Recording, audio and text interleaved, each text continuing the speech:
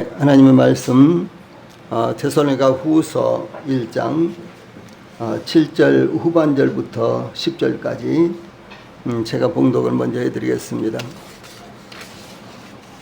하나님의 말씀 데살로니가 후서 1장 7절 후반절부터 10절까지 제가 봉독을 해드리겠습니다. 7절 환난을 받는 너에게는 우리와 함께 안식으로 갚으시는 것이 하나님의 공이시니. 그 다음 오늘 말씀 여기서부터입니다. 주 예수께서 자기의 능력의 천사들과 함께 하늘로부터 불꽃 가운데 나타나실 때에 하나님을 모르는 자들과 우리 주 예수의 복음에 복종하지 않는 자들에게 형벌을 내리시리니, 이런 자들은 주의 얼굴과 그의 힘의 영광을 떠나 영원한 멸망의 형벌을 받으리로다. 그날에 그가 강림하사 그의 성도들에게서 영광을 받으시고 모든 믿는 자들에게서 놀랍게 여김을 얻으시리니, 이는 우리의 증거가 너희에게 믿어졌습니다. 아멘.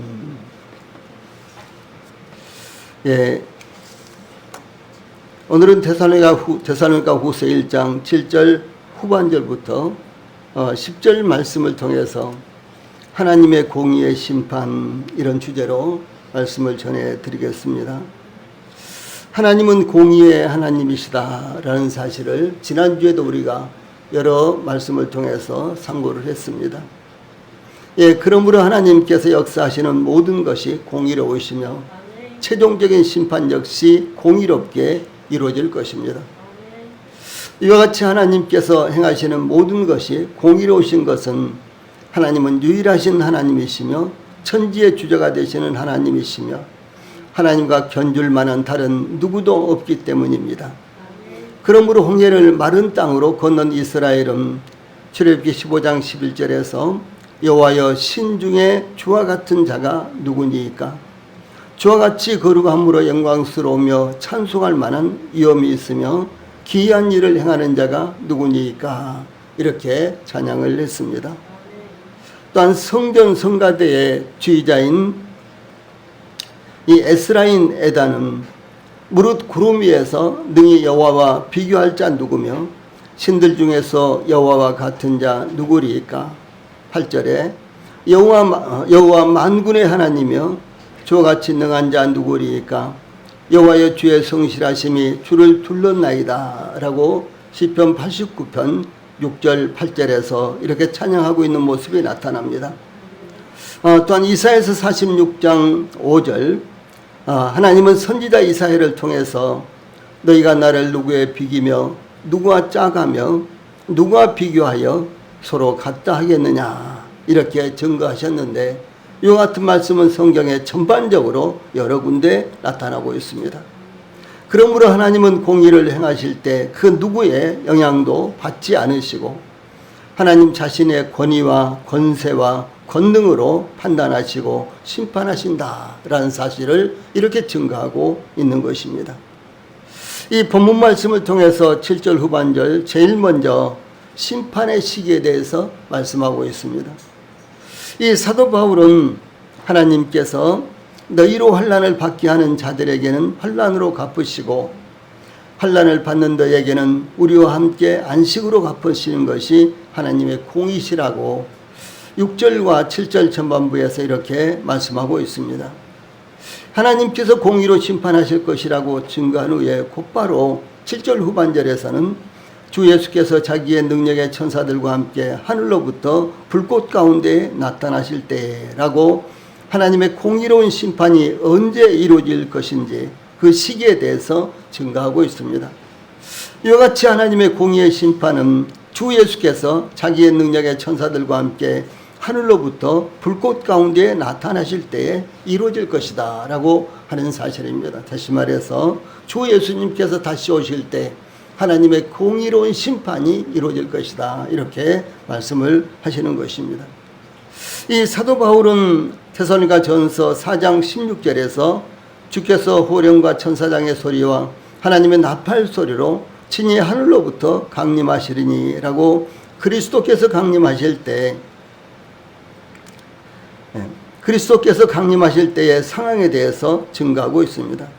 주 예수님께서 승천하셨지만 하늘로부터 다시 오신다는 것을 증거하고 있습니다. 다시 말해서 주 예수님께서 하늘로 올라가셨는데 그 하늘에서 다시 오신다는 것을 증거하고 있습니다. 또한 사도 바울은 빌립보서 4장 5절에서 주께서 가까우시니라 이렇게 증거하고 있는데, 이 말씀은 주의 재림의 소원을 나타내는 마라나타라는 이와 같은 말씀을 다른 표현으로 옮긴 것입니다. 한번 해봅시다. 마라나타. 이 말씀은 주여 어서 오시옵소서 그런 뜻이에요. 주여 어서 오시옵소서, 이것이 마라나타입니다. 예, 그래서 이 마라나타 이렇게 초대교회에서는요 인사를 하기도 했습니다. 예, 그래서 초대교회 모든 성도들의 이 한결같은 소원은 속히 예수님이 다시 오신다고 약속했으니까 그 약속이 속히 이루어지기를 간절히 사모하는 이와 같은 마음을 가지고 살았다라고 하는 사실입니다.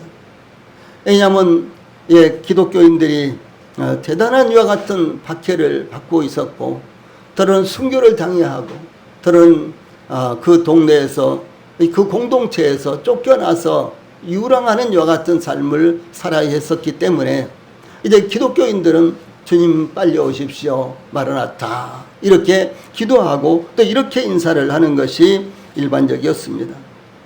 이 말씀은 요한계시록 22장 20절에서 주여 오시옵소서 이렇게 또 다른 말로 표현이 되어 있고, 이 고린도전서 16장 22절에서는 우리 주여 오시옵소서 이렇게요 병행구절로 나타나고 있습니다. 이 말씀은 먼저 주 예수님의 재림이 반드시 이루어질 것이라는 사실에 근거하고 있는 것입니다. 주 예수님께서는 지상에 계실 때에 다시 오실 것을 말씀하셨습니다. 주 예수님께서 구원받은 성도들을 위해서 요한복음 14장 2절 3절에 내가 너희를 위하여 거처를 예비하러 가노니 가서 너희를 위하여 거처를 예비하면 내가 다시 와서 너희를 내게로 영접하여 나 있는 곳에 너희도 있게 하리라 이렇게 말씀하셨습니다. 주 예수님의 승천은 구원받은 성도들의 영원한 거처를 예비하시기 위한 것이었습니다. 아울러 주 예수님의 재림은 구원받은 성도들의 거처가 완성되었다는 것을 의미하며, 또한 구원받은 성도들을 예수님께서 예비하신 거처로 데리고 가시기 위한 것이다 라는 사실을 말씀하신 것입니다. 또한 주 예수님의 지상 재림에 대해서, 다시 말해서 이 땅에 주 예수님께서 다시 오시는 것에 대해서 마태복음 24장 19절로 31절에 이렇게 말씀하고 계시는데 같이 읽어봅시다. 시작. 그날 환난 후에 즉시 해가 어두워지며 달의 빛을 내지 아니하며 별들이 하늘에서 떨어지며 하늘의 권능들이 흔들리리라. 그때 인자의 징조가 하늘에서 보이겠고 그때 땅의 모든 족속들이 통곡하며 그들이 인자가 구름을 타고 능력과 큰 영광으로 오는 것을 보리라. 제가 큰 나팔 소리와 함께 천사들을 보내리니 그들이 그의 택하신 자들을 하늘 이 끝에서 저 끝까지 사방에서 모으리라. 이렇게 주 예수님께서 친히 말씀하셨습니다. 여기 인자라는 말씀이 반복해서 나오는데 그것은 주 예수님을 가리키는 것입니다. 주 예수님의 지상 재림이 이루어질 때에는 하늘과 땅의 모든 자연계가 흔들리며 소용돌이 칠 것입니다. 2011년에 동일본 지진이 일어났을 때요. 아주 국지적으로 땅이 흔들렸는데도 불구하고 얼마나 엄청난 사건이 터졌습니까? 그 일로 말미암아 15,000명이 죽음을 당했고 5,000명이 실종됐는데도 아직도 찾지도 못하고 있습니다. 그 외에도 잃어버린 이와 같은 재산과 집이라든가 짐승이라든가 이와 같은 것들이 얼마나 많습니다. 그런데 하늘이 뒤틀리고 흔들리며 소용돌이 치고 이 땅이 뒤틀리고 흔들리며 소용돌이 칠 때 세상은 어떻게 될까요? 저희들이 사랑하고 그렇게 붙들고 있고 움켜잡고 있던 이와 같은 모든 것들이 순식간에 흔적도 없이 사라져 버릴 것입니다. 주 예수님께서 다시 오실 때는 사실은 그와 같은 것들은 아무 의미도 없이 또 필요도 없을 것입니다. 이런 상황일 때 인자의 징조가 주 예수님께서 오시는 이와 같은 징조가 나타남과 동시에 예수님께서 다시 오시는 것을 모든 사람들이 목격하게 될 것입니다. 이런 상황이 숨가쁘게 연속적으로 일어날 것입니다. 그때 예수님을 믿지 못했던 모든 사람들이 통곡할 때 예수님께서 구름을 타고 능력과 큰 영광으로 오실 것입니다. 이와 같이 예수님의 재림은 구체적이고 분명하게 증거된 말씀입니다. 이 7절 후반부에 주 예수께서 나타나실 때에 이 말씀은 휴거가 아니라 능력과 큰 영광 중에 나타나시는 것으로 공중 강림이 아니라 지상 재림을 의미합니다. 이 성경에 보면 주 예수님께서 먼저 공중으로 오시고 그 다음에 공중으로 오셨다가 그 나중에 또 다시 지상으로 이렇게 오시는 것으로 묘사가 됐습니다. 그래서 주 예수님께서 하늘에 계시다가 공중으로 오실 때 바로 이 땅에 있는 교회가 휴거가 되는 것입니다. 그래서 공중에서 주 예수님과 이 교회가 서로 만나서 약 7년 정도 머물다가 그리고 이 땅으로 오시는 것입니다. 예를 들어서 누군가가 이제 손님이 오시는데 우리 교회 손님이 오시는데 이 가오리 경전철 역으로 이렇게 역에서 내려서 오신다. 이제 이런 이제 소식을 저희들이 들으면 어떻게 되겠습니까? 저희들 가운데 몇몇이 이제 가오리 경전철역으로 이제 마중을 나가서 거기서 만나서 아이고 반갑습니다. 오시느라고 수고하셨습니다. 아 그래요 잘 있었어요. 그러면서 서로 인사를 하면서 이 같은 시간을 잠깐 갖고 이제 그리고 이제 우리 교회로 이렇게 모시고 오겠죠. 마치 그런 것입니다. 그래서 주 예수님께서 공중으로 오실 때 교회가 휴가가 돼서 주 예수님과 만나게 되고 그리고 이제 교회와 주 예수님과 교회가요 이 땅으로 오시는 것입니다. 그래서 이 공중으로 오신 것이 공중재림 휴거, 그 다음에 지상으로 오시는 것이 지상재림, 지금 이렇게 말씀하고 있는 것입니다.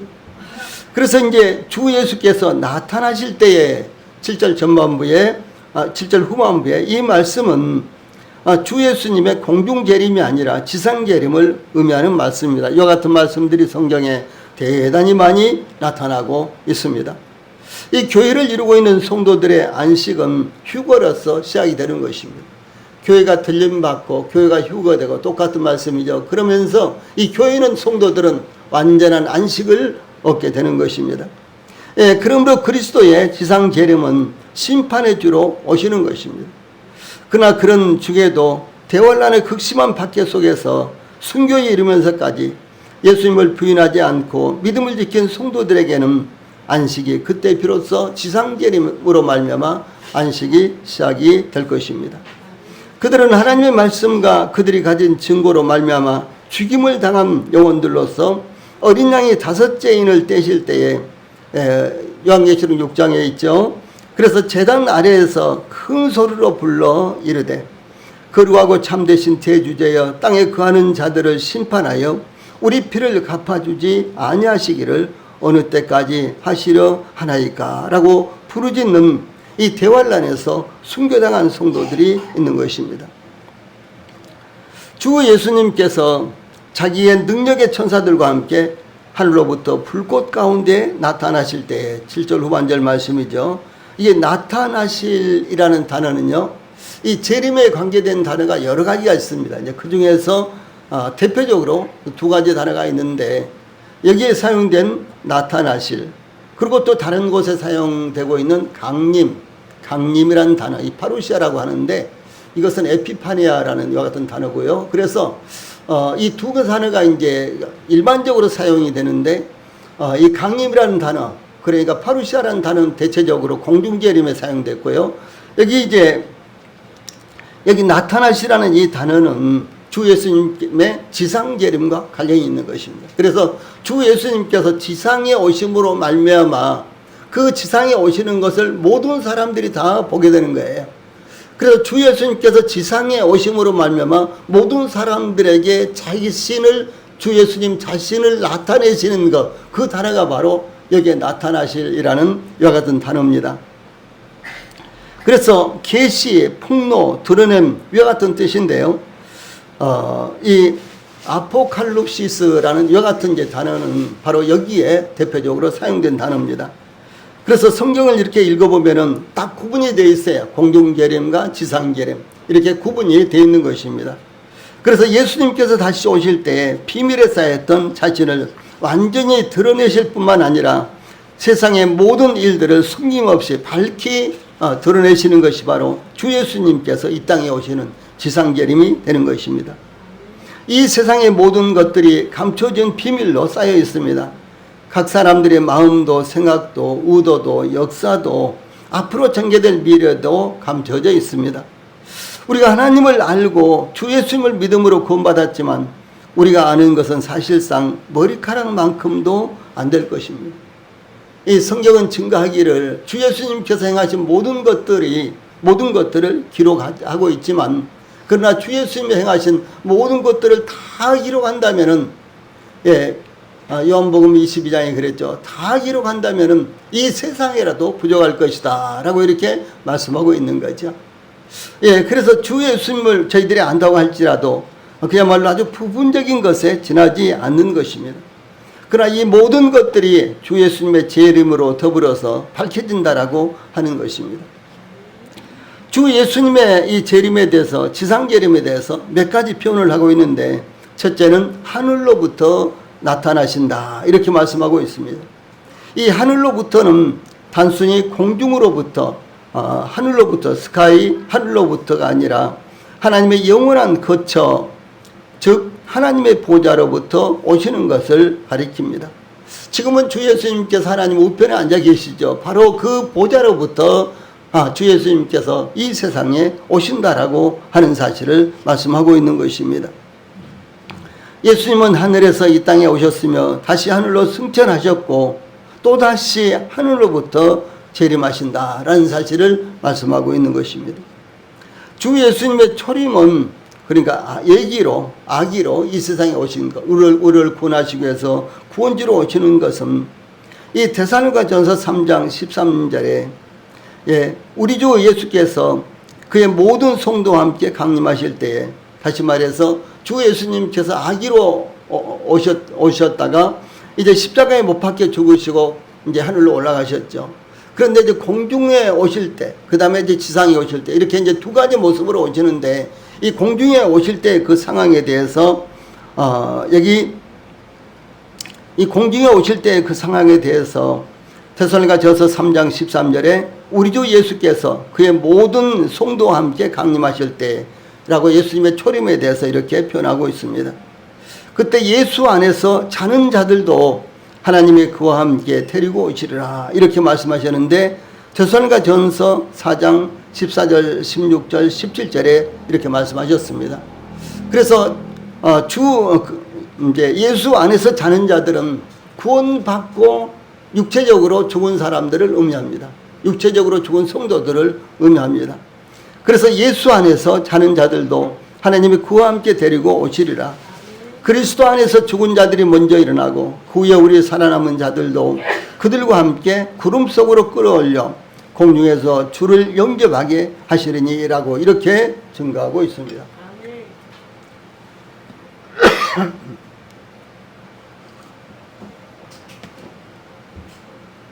이것이 바로 주 예수님의 공중재림, 주 예수님의 공중재림을 의미합니다.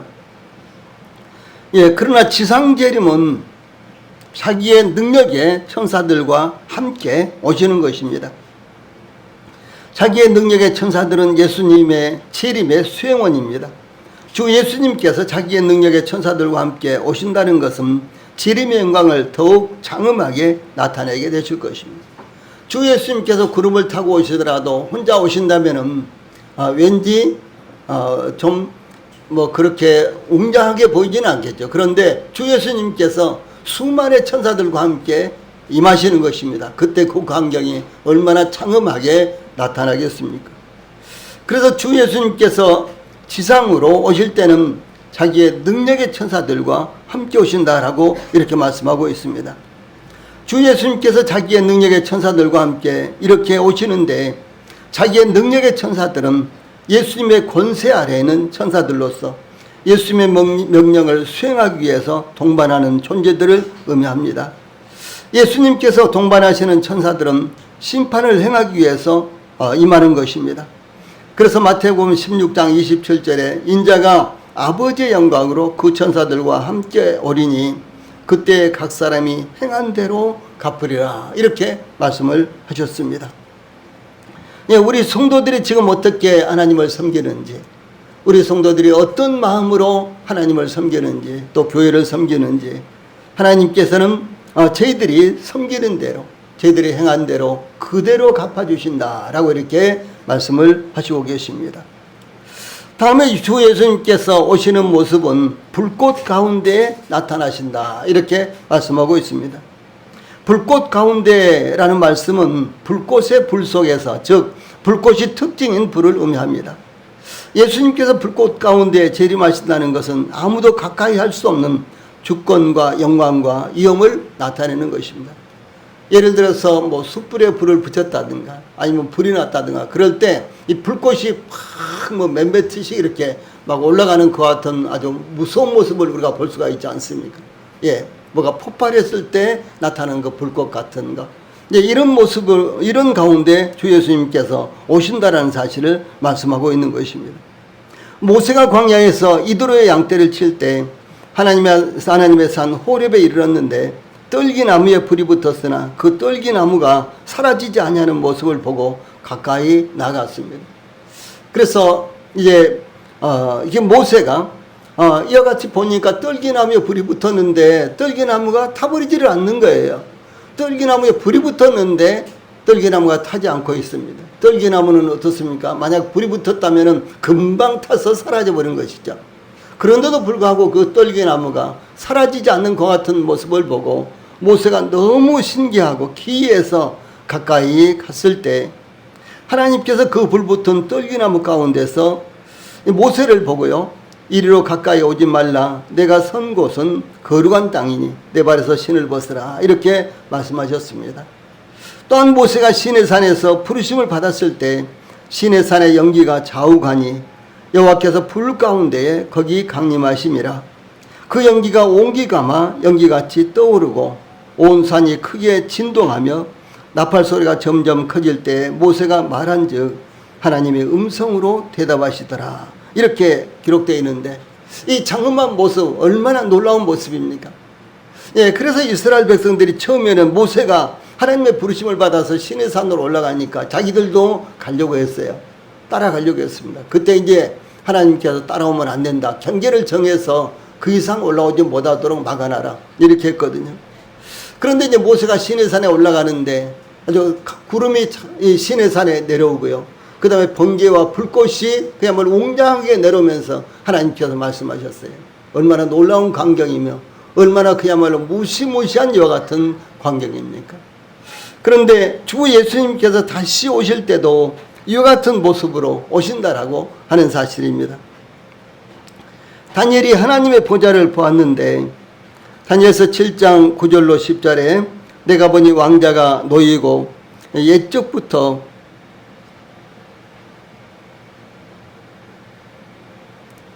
위의 말씀 같이 읽어봅시다. 시작. 내가 보니 왕자가 놓이고 옛적부터 항상 계신 이가 좌정하셨는데 그의 옷은 희기가 눈 같고 그의 머리털은 깨끗한 양의 털 같고 그의 보좌는 불꽃이요 그의 바퀴는 타오르는 불이며 불이 강처럼 흘러 그의 앞에서 나오며 그를 섬기는 자는 천천히요 그 앞에서 모셔선 자는 만만이며 심판을 베푸는데 책들이 펴 놓였더라 라고 이렇게 증가하고 있습니다. 그러므로 누가 심판의 주로 오실 예수님께 가까이 가며 그 앞에 설 수가 있겠습니까? 그러므로 예수님을 믿지 않는 분들에게는 7절 후반부에 주 예수님께서 자기의 능력의 천사들과 함께 하늘로부터 불꽃 가운데 나타나실 때에 가장 고통스러운 시간이 시작된다는 사실을 기억해야 되는 것입니다. 두 번째로 8절 전반부에는 이 심판의 대상자에 대해서 말씀하고 있습니다. 이 사도 바울은 누가 심판의 대상이 될 것인가에 대해서 8절에서 하나님을 모르는 자들과 우리 주 예수의 복음에 복종하지 않은 자들에게 형벌을 내리시느니 이렇게 증가하고 있습니다. 이와 같이 심판을 받게 될 대상이 누구인지 뚜렷하고 분명하게 제시하고 있습니다. 그들은 하나님을 모르는 자들과 우리 주 예수의 복음에 복종하지 않는 자들입니다. 이 하나님을 모르는 자들과 우리 주 예수의 복음에 복종하지 않는 자들은 사실 같은 대상이지만 이 세분화하면은 하나님을 모르는 자들은 이방인들을 가리키며 우리 주 예수의 복음에 복종하지 않은 자들은 유대인들을 가리키는 것으로 일반적으로 사용되고 있습니다. 이 결국은 하나님을 모르는 자들은 우리 주 예수의 복음에 복종하지 않는 자들입니다. 하나님을 모르기 때문에 복음을 받아들이지 않습니다. 즉 하나님을 알면 복음에 순종하거나 복종하지 않을 수 없는 것입니다. 하나님을 알면서 하나님을 멀리할 수 없으며 복음을 복종하지 않을 수가 없는 것입니다. 왜냐하면 복음은 너무너무 신비롭기 때문에 또 하나님은 저희들이 감히 이해할 수 없는 이와 같은 놀라운 분이시기 때문에 그 하나님을 조금이라도 안다면은 복음을 또 조금이라도 안다면은 복음을 받아들이지 않을 수가 없으며 하나님을 믿지 않을 수가 없다라고 하는 사실을 말씀하는 것입니다. 그래서 하나님을 알면서 하나님을 멀리할 수 없고요. 또 복음을 복종하지 않을 수 없는 것입니다. 주 예수님께서 말씀하시기를 요한복음 17장 3절에서 영생은 곧 유일하신 참 하나님과 그의 보내신 자 예수 그리스도를 아는 것이니이다 이렇게 말씀하셨습니다. 또 뿐만 아니라 예수님께서 기도하실 때 요한복음 17장 25절에서 의로우신 아버지여 세상이 아버지를 알지 못하여도 아버지를 알지 못하여도 나는 아버지를 알았sap고 저희도 아버지께서 나를 보내신 줄 알았sap나이다 이렇게 기도했습니다. 이 다윗은 그 아들 솔로몬을 향해서 역대상 28장 9절에서 내 아들 솔로몬아 너는 내 아버지의 하나님을 알고 온전한 마음과 기쁜 뜻으로 섬길지어다. 여호와께서는 모든 마음을 감찰하사 모든 의도를 아시나니 내가 만일 그를 찾으면 만날 것이요 만일 내가 그를 버리면 그가 너를 영원히 버리시리라 이렇게 이제 말씀을 전했습니다. 여기에 솔로몬아 너는 내 아버지의 하나님을 알고 솔로몬은 지혜의 왕이었습니다. 그렇죠? 솔로몬은 모든 것들을 세상에 있는 모든 지식을 다 섭렵한 과 같은 사람이었습니다.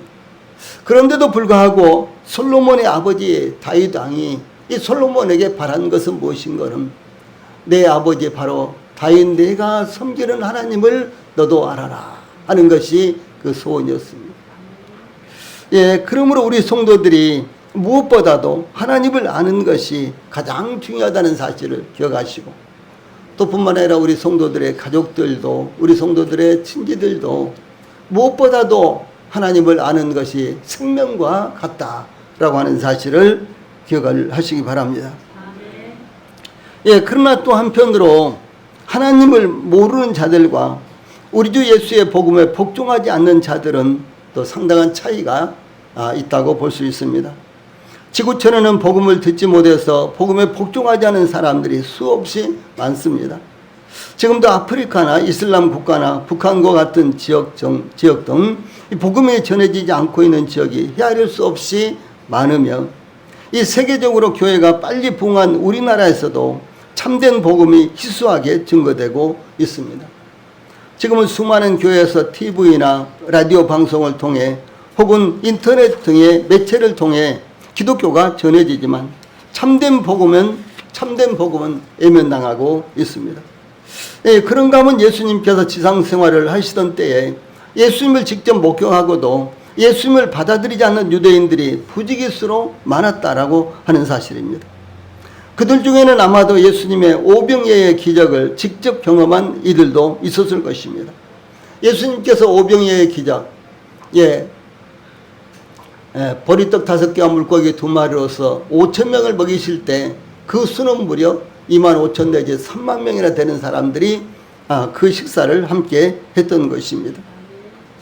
그런데도 불구하고 그들 가운데 대부분이 예수님을 그들의 구주로 받아들이지 않고 그냥 단순히 세상의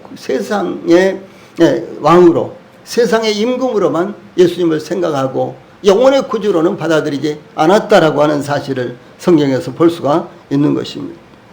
예수님께서 오병이어의 기적을 행하시던 다음 날 이 수많은 유대인들이 예수님을 찾아갔습니다.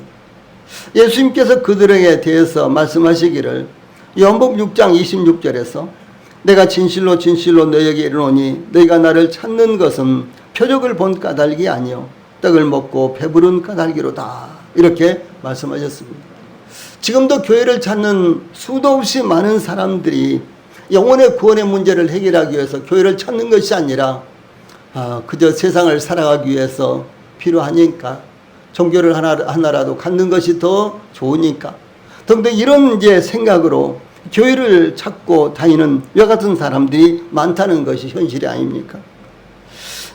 그래서 예수님께서 이런 말씀을 하시면서 생명의 말씀을 전하자 요한복음 6장 60절에 보면 예수님을 찾아갔던 사람들이 이 말씀은 어렵도다 누가 들을 수 있느냐라고 이렇게 말하면서 그때부터 그의 제자 중에서 많은 사람이 떠나가고 다시 그와 함께 다니지 아니하더라.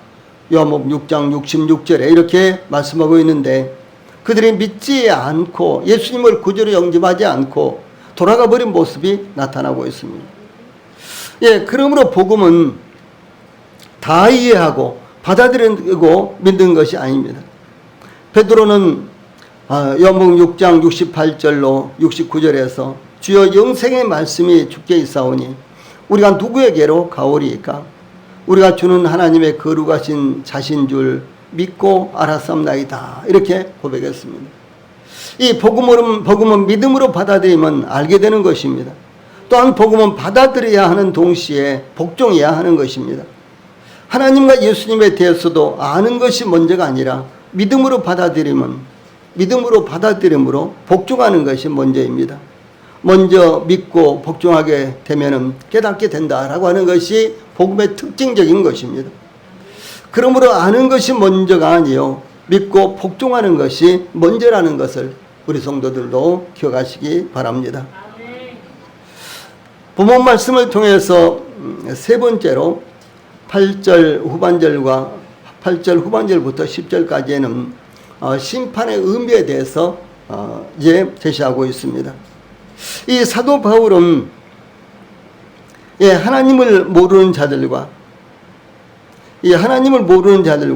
우리 주 예수의 복음에 복종하지 않는 자들에게 형벌을 내리시리니 이런 자들은 주의 얼굴과 그의 힘의 영광을 떠나 영원한 멸망의 형벌을 받으리로다. 8절 9절 이렇게 증가하고 있습니다.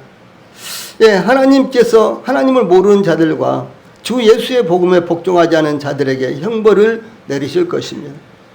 이런 자들은 주의 얼굴과 그의 힘의 영광을 떠나 영원한 멸망의 형벌을 받으리로다. 이렇게 증가하고 있습니다. 이런 자들은 하나님을 모르는 자들과 우리 주 예수의 복음에 복종하지 않는 자들, 이들이 바로 심판의 대상이 된다라고 말씀하고 있는 것입니다. 영원한 멸망의 형벌은 끝나지 않는 멸망으로 이어지는 형벌을 의미합니다. 여기서 멸망은 멸절, 곧 끊어져서 없어져 버리는 것을 의미하는 것이 아닙니다. 이 멸망에 대해서 이런 자들은 주의 얼굴과 그의 힘의 영광을 떠나, 즉 주의 얼굴로부터와 그의 능력의 영광으로부터의 분리를 의미합니다. 하나님의 얼굴과 영광을 떠난다는 것은 하나님 안에 있는 생명과 복과 은혜와 평화와 안식을 떠나는 것을 의미합니다. 이것은 주의 임재로부터 떠나는 것, 주의 임재로부터 떠난 영원한 멸망을 말하는 것입니다. 이것을 가리켜서 형벌을 내리시리니 또 형벌을 받으리로다 이렇게 묘사하고 있는데, 하나님과 그리스도를 거부한 불신자들이 최종적으로 처하게 될 공의로운 심판의 상태는 무시무시하며 영원한 것이라는 의미입니다. 그 멸망은 사라지거나 없어져 버리는 것이 아니라 의식이 있는 상태에서 당하게 되는 영원한 고통을 의미하는 것입니다. 이 8절에 이 심판의 대상인 하나님을 모르는 자들과 우리 주 예수의 복음에 복종하지 않은 자들에게 형벌을 내리시니라는 말씀은 그리스도께서 재림하실 때 불신자들에게 임할 심판을 의미합니다. 이 상대적으로 그리스도를 영접한 성도들에 대해서는 10절에 가운데 말씀 같이 읽어봅시다. 시작. 그날에 그가 강림하사 그의 성도들에게서 영광을 받으시고 모든 믿는 자들에게서 놀랍게 여김을 얻으시리니 이는 우리의 증거가 너희에게 믿어졌습니다. 이렇게 증거하고 있습니다. 이 사도 바울 전도단 일행이 이 데살로니가에서 전한 복음이 그들에게 믿어졌기 때문에 그들은 심판에 임하는 것이 아니라 영원한 영원한 생명의 복을 받게 된다라고 하는 사실을 증거하고 있습니다.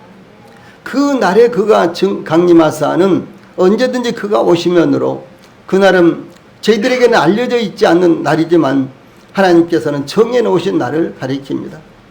주 예수님께서는 마태복음 24장 36절 등등에서 그러나 그날과 그때는 아무도 모르나니 하늘의 천사들도 아들도 모르고 오직 아버지만 아시느니라. 이렇게 주 예수님께서 다시 오시는 날, 주 예수님께서 심판하시는 날에 대해서 이렇게 말씀하셨습니다. 그러나 그 날이 언제냐 보다 더 중요한 것은 그날은 이미 정해진 날이요 그리스도께서 강림하실 날이며 반드시 그날은 올 것이다 라고 하는 의미가 되는 것입니다. 바로 그날에 그리스도께서 재림하실 때 불신자들은 심판을 받게 되지만 구원받은 성도들은 영광을 받게 된다라고 이렇게 말씀하고 있습니다. 예, 그러므로 10절에서 그의 성도들에게서 영광을 받으시고 모든 믿는 자들에게서 놀랍게 여김을 얻으시리니 여기에서 예수님께서 다시 오실 때 영광을 받으시고 놀랍게 여김을 받게 될 그의 성도들과 모든 믿는 자들은 각각 동일한 대상인가 아니면은 각기 다른 대상인가 하는 의문점이 여기에서 둘 수가 있습니다. 아마도 그의 성도들과 모든 믿는 자들이라는 두 부류로 설명한 것은 하나님을 모르는 자들과 우리 주 예수의 복음에 복종하지 않은 자들을 두 부류로 설명했기 때문에 이렇게 표현한 것으로 보입니다. 하나님을 모르는 자들과 성도들, 또 복음에 복종하지 않은 자들과 모든 믿는 자들로 짝을 이루어 설명하기 위한 것입니다. 그러므로 성도들은 구원받은 모든 하나님의 백성들을 의미하며 모든 믿는 자들은 사도 바울 전도단이 데살로니가에서 복음을 전할 때 믿은 데살로니가 교회의 모든 성도들을 가리키는 것입니다. 예, 그러므로 하나님을 모르는 자들과 우리 주 예수의 복음에 복종하지 않은 자들이 영원한 멸망의 형벌을 받게 되듯이 그의 성도들에게서 영광을 받으시고 모든 믿는 자들에게서 영광을 받으신다라고 이렇게 증거하고 있습니다. 여기에 그의 성도들에게서 영광을 받으시고 이 말씀은 그의 성도들 안에서 영광을 받으시고 이런 말씀입니다. 또한 모든 믿는 자들에게서는 모든 믿는 자 가운데서를 의미합니다. 이것은 성도들의 삶이나 믿음으로 말미암아 예수님께 영광을 드리는 것을 의미하는 것이 아니라 하나님께서 성도들 안에 나타내신 하나님의 영광을 의미합니다.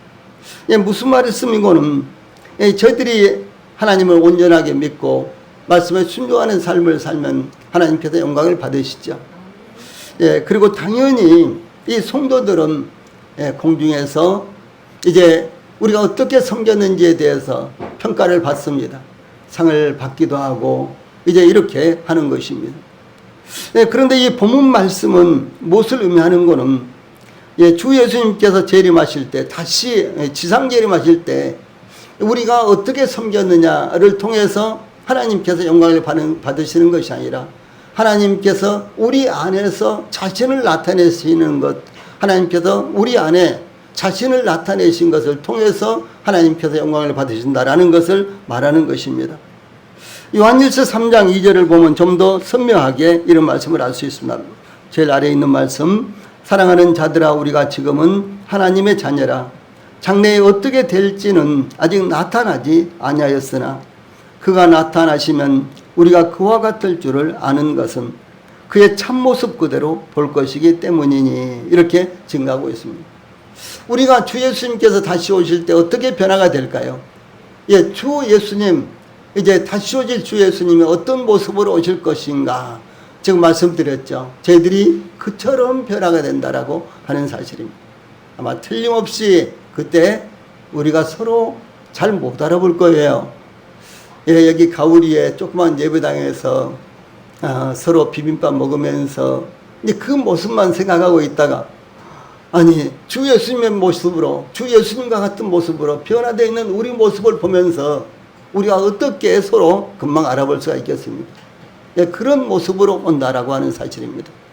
예, 이렇게 변화된 모습으로 나타날 때 바로 그것을 통해서 주 예수님께서 영광을 받으신다라는 말씀이 바로 여기에 있는 것입니다.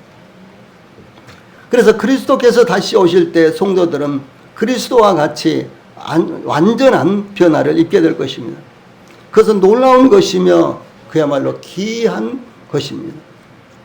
예, 그러므로 그리스도께서는 그 날에 그가 강림하사 그의 성도들에게서 즉 성도들 안에서 영광을 받으시고 모든 믿는 자들에게서 놀랍게 여김을 얻으시리니 참으로 상상할 수도 없도록 놀라운 모습이 되는 것입니다. 놀라운 모습이 될 것입니다. 이는 우리의 증거가 너희에게 믿어졌음이라 이렇게 증거하고 있습니다. 이것은 예수님께서 자신의 수고를 통해서 얻은 열매들 안에 있는 영광을 보시는 것입니다. 그러므로 성도들은 예수님께서 다시 오실 때에 예수님께서 영광을 받으시도록 영광스러운 모습으로 변화될 것이라는 사실을 기억하시기 바랍니다. 우리는 지금 별로 특별하게 그렇게 내놓을 만한 것도 없고 특별하게 그렇게 가진 것도 없지만 그때는 주 예수님의 모습처럼 저희들이 변화된다는 것, 이것이 바로 얼마나 놀라운 모습입니까? 그러므로 우리에게 심겨진 믿음이 얼마나 놀라운 모습으로 나타나게 될 것인가를 기억하시고 주 예수님 곧 그리스도께서 다시 오실 것을 믿는 믿음으로 우리 성도들이 살아가시기를 바랍니다. 찬송 부르시겠습니다.